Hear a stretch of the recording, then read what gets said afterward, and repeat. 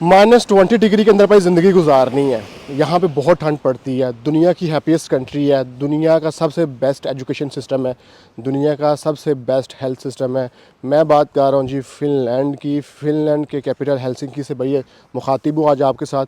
और हेलसिंकी में जो टेम्परेचर है वो -20 तक जाता है, और नॉर्थर्न साइड पे जाएँ तो -38 तक जाता है। तो बहुत से लोग घबराते हैं कि भाई फ़िनलैंड इतनी ठंड में हम कैसे सर्वाइव करेंगे। हम वहाँ जाना चाहते हैं लेकिन ठंड की वजह से डर रहे हैं। वीडियो का टॉपिक बड़ा इंटरेस्टिंग है, वीडियो को लास्ट तक लाजमी देखिएगा। वीडियो कंटिन्यू करने से पहले सबसे रिक्वेस्ट है कि चैनल को भी सब्सक्राइब कर दीजिएगा। अभी मैं जी फ़िनलैंड में हूँ। काफ़ी लोग एक क्वेश्चन ये करते हैं कि भाई फ़िनलैंड में आप मूव हो गए हैं पुर्तगाल से। मैं बताता चलूँ, मैं फ़िनलैंड शिफ्ट नहीं हुआ। फ़िनलैंड में बिज़नेस है, तो महीने में कुछ दिनों के लिए मैं फ़िनलैंड भी आता हूँ, लाजमी आता हूँ।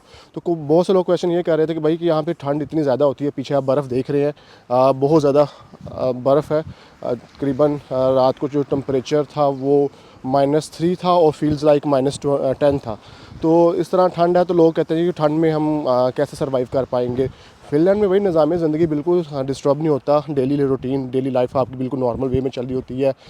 स्कूल में बच्चों के लिए मामला सब बिल्कुल नॉर्मल है, क्योंकि इनका कंट्री का जो सिस्टम है डेवलप भी ऐसे हुआ है, उन्होंने बर्फ़ में सर्वाइव करना है। यहाँ पे इतनी बर्फ़ होने के बावजूद भी कोई देखिए, रोड पीछे आपको नज़र आ रहे होंगे बिल्कुल साफ़ हैं, गाड़ियाँ इनकी आती हैं साथ साथ साफ़ करती हैं। पीछे जहाँ पे बागीचे हैं लोगों के, वहाँ पे बर्फ़ पड़ी हुई है, लेकिन रोड जहाँ पे आप वॉक करते हैं, अभी अभी यहाँ पे वॉक कर रहा हूँ, वहाँ पे भी आप देख रहे होंगे कोई बर्फ़ नहीं है। तो निज़ाम ज़िंदगी बिल्कुल चलती रहती है, मॉल्स खुले रहते हैं। इवन के बर्फ़ भी पड़ी हो तो फिर भी इनका सिस्टम एक ऐसा है कि साथ साथ बर्फ़ उठाते जाते हैं। इवन के वॉकिंग, यहाँ पे जब मैं वॉक कर रहा हूँ, यहाँ पे इन्होंने नीचे बजरी फेंकी हुई है बारीक सी, क्योंकि जब आप वॉक करते हैं, जो बर्फ़ पे जब पाँव रखते हैं तो बर्फ़ सख्त हो जाती है वहाँ से, तो फिर वहाँ पे इतनी हार्ड हो जाती है कि उस बंदा स्लिप होता है उसके ऊपर से। तो उसको भी उन्होंने मेंटेन करने के लिए फिर उसके ऊपर ये पत्थर वगैरह फेंकते हैं ताकि आप वॉक कर सकें आराम से, आप स्लिप ना हो। रोडों पर फेंकते हैं, गाड़ियाँ स्लिप ना हो, तो निज़ाम ज़िंदगी बेहतर है। यहाँ पे भाई बच्चों का फ्यूचर बड़ा सिक्योर है, बच्चों के लिए एजुकेशन बड़ी ज़बरदस्त किस्म की है। वर्ल्ड का हाईएस्ट जो कह लेना वो एजुकेशन सिस्टम है इनका। बच्चों को इवन के इंग्लिश में स्टडीज़ भी करवाते हैं। यहाँ पे बच्चों के लिए ऑप्शन है कि अगर आप बच्चों को इंग्लिश में पढ़ाना चाहें तो बच्चों के लिए वो भी फैसिलिटी अवेलेबल है। टोटल पॉपुलेशन इस कंट्री की जो है वो 5.6 है, और अभी यही एक रीज़न है इसकी पॉपुलेशन कम होने की, कि यहाँ पे ठंड बहुत है, और इनके जो अपने लोग हैं वो बुज़ुर्ग हैं, रिटायरमेंट पे हैं। तो और बहुत से लोग यहाँ पे रहते भी नहीं, ठंड की वजह से चले जाते हैं। लेकिन वो इनके लोगों के लिए प्रॉब्लम है, क्योंकि इनके लोग ज़्यादा एजड है, तो इसलिए फिर वहाँ पे वो ठंड बर्दाश्त नहीं कर पाते। फिर वो कहते हैं कि हम कहीं गर्म कंट्रीज़ की तरफ मूव कर जाएँ, तो इसलिए वो यहाँ से मूव कर जाते हैं। तो हमारे लिए तो भाई जो एशियन थर्ड नेशनल कंट्री के लोग हैं उनके लिए तो ये परफेक्ट प्लेस है। अब जैसे मैं आया हूँ यहाँ पे, हालांकि आप मुझे देख रहे होंगे, फॉलो कर रहे होंगे, मैं काफ़ी दुबई से पुर्तगाल से फिर मैं काफ़ी ज़्यादा टाइम जोन्स के अंदर और वेदर्स के अंदर ट्रैवल कर रहा होता हूँ। तो अभी ये सबसे हाई ठंडा जो है ना वो वेदर अब मेरे लिए यहाँ पे है, कि मैंने काफ़ी अर्से के बाद ये देख रहा हूँ, लेकिन फिर भी मैं सर्वाइव कर रहा हूँ। यहाँ पे आता हूँ, पता भी नॉर्मल, एक नीचे शर्ट पहनी है, ऊपर जैकेट पहनी है, तो ठीक है, सर्वाइवल है।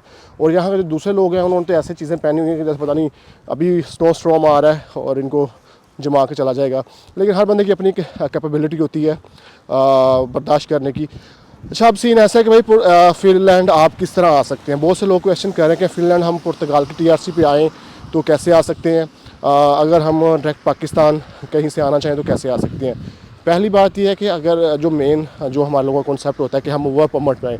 देखिए, वर्क परमिट पे आने के लिए ना ये बड़ी स्कैंडिनेवियन कंट्रीज़ है, यहाँ पे ज़्यादा क्वालिफाइड लोगों की जगह है, जैसे पढ़े लिखे हैं, डॉक्टर्स, इंजीनियर्स, अकाउंटेंट, इस टाइप की जो प्रोफेशंस हैं, जिसमें हाईली क्वालिफाइड इंजीनियर्स हैं, टेक्निकल वर्कर्स हैं, जो स्पेशल प्रोफेशंस हैं, उनके लिए ये कंट्री इनको वेलकम करती है। दूसरा ऑप्शन ये है भाई आपके पास कि आप एज आ एंटरप्रेन्योर आ सकते हैं, यहाँ पे एज आ स्टार्टअप आ सकते हैं। अगर आपके पास इनोवेटिव आइडिया है तो आप उस इनोवेटिव आइडिया को जो है यहाँ पे इम्प्लीमेंट कर सकते हैं, उसकी बेस पे आप यहाँ पे रेजिडेंस ले सकते हैं।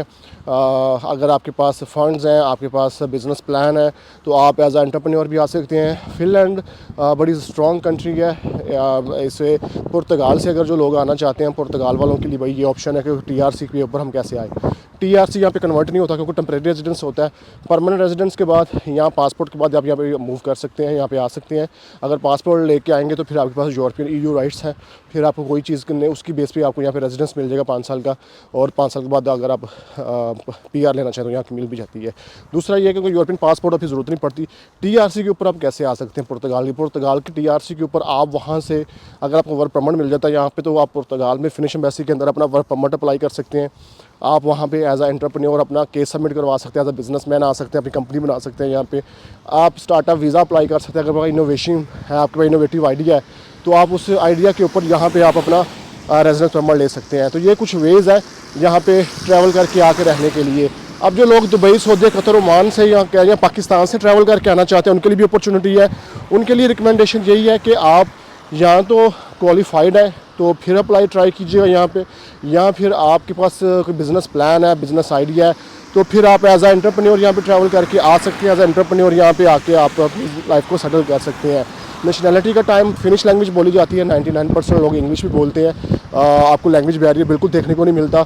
उसके बाद जी आप यहाँ पे अब नॉर्मली पहले जो पासपोर्ट का टाइम पीरियड था वो 5 साल था, अब उन्होंने 8 साल कर दिया, लेकिन सुनने में आ रहा है, अभी कंफर्म नहीं है कि शायद इसको दोबारा रिवर्स कर दें, इस लॉ को दोबारा 5 से 6 साल पे ले आए।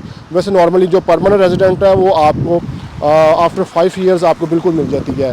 यहाँ पे आप स्टडी बेस पे भी आ सकते हैं, स्टडी वीज़ा भी लेके आ सकते हैं। बहुत से लोग यहाँ पे स्टडी वीज़ा पे आ रहे हैं जो खुद पढ़े लिखे नहीं है, अपनी वाइफ को एडमिशन करवा के यहाँ पे उनका एडमिशन करवा के एज अ डिपेंडेंट बच्चों को भी ला सकते हैं, खुद भी आ सकते हैं। तो काफ़ी अच्छी कंट्री अपॉर्चुनिटीज़ हैं। लेकिन जो स्टूडेंट्स आते हैं ऑफ कोर्स उनके लिए डिफरेंट क्राइटेरियाज होते हैं, उनके लिए डिफरेंट प्रॉब्लम्स होती हैं, उनको जॉब्स मिलने में प्रॉब्लम होती है। उसके बाद नई जगह पे सेटलमेंट करना आपको पता है हर जगह पे मुश्किल है। लोग समझते हैं कि इस पुर्तगाल बहुत ईजी है, लेकिन पुर्तगाल में भी बहुत ज़्यादा डिफ़िकल्टीज़ देखने को मिलती हैं। तो यहाँ पे एक मज़े की बात ये देखें जी, गोल्फ़ ग्राउंड बना हुआ है, यहाँ पे लोग गोल्फ़ खेलते हैं आके, ठीक है। अभी तो यहाँ पे बर्फ़ पड़ी हुई है, लेकिन जब गर्मियाँ थी, बर्फ़ नहीं थी, तो तब यहाँ पे रश लगा होता है, लोग बच्चे भी खेलने आते हैं और बड़े भी खेल रहे होते हैं। तो हमने सोचा हम भी ट्राई करेंगे, लेकिन हम फिर निकल गए थे वापस पुर्तगाल, और अभी जब वापस आए हैं तो अभी ये बर्फ़ से कवर हुआ पड़ा हुआ है। इस तरह काफ़ी इंटरटेनमेंट, ज़्यादातर जो एक्टिविटीज़ हैं फिनलैंड के अंदर वो इंडोर एक्टिविटीज़ हैं। उसकी रीज़न ये है कि बर्फ़ पड़ती है, ठंड है। अभी हम ट्राई करेंगे, कल का शायद हमारा प्लान है जाने का सी साइड पे, और सी साइड पे भी देखेंगे, माइट भी समंदर इनका भी जमा होगा। तो ये थी बेसिक इन्फॉर्मेशन फिनलैंड से रिलेटेड। अगर फिनलैंड आप आना चाहते हैं तो फिनलैंड में काफ़ी ज़्यादा अपॉर्चुनिटीज़ हैं सिर्फ फैमिली वालों के लिए। जो फैमिली वाले हैं उनके लिए कंट्री बड़ी ज़बरदस्त है। जो बैचलर्स हैं, सिंगल हैं, उनके लिए ऑफ कोर्स सर्वाइवल थोड़ा टफ़ है। टफ़ नहीं होता, देखें मैंने हमेशा मोटिवेट किया लोगों को, स्टार्टिंग में प्रॉब्लम्स आती हैं। आपने हमेशा जब यूरोप आना तो एक सोचना है कि एक आध साल हमें डिफ़िकल्टीज़ आएंगी, हमें प्रॉब्लम्स आएंगी, और हमें उनसे लड़ना है बेसिकली। और जैसे ही आप उनको काबू कर लेंगे, लड़ना सीख जाएंगे, तो आप यूरोप में कामयाब हो जाएंगे। अपना बहुत सारा ख्याल रखिए, वीडियो को लाइक शेयर एंड कमेंट लाजमी कीजिएगा। मिलते हैं नेक्स्ट वीडियो में एक नई इन्फॉर्मेशन के साथ जी। अल्लाह हाफिज़।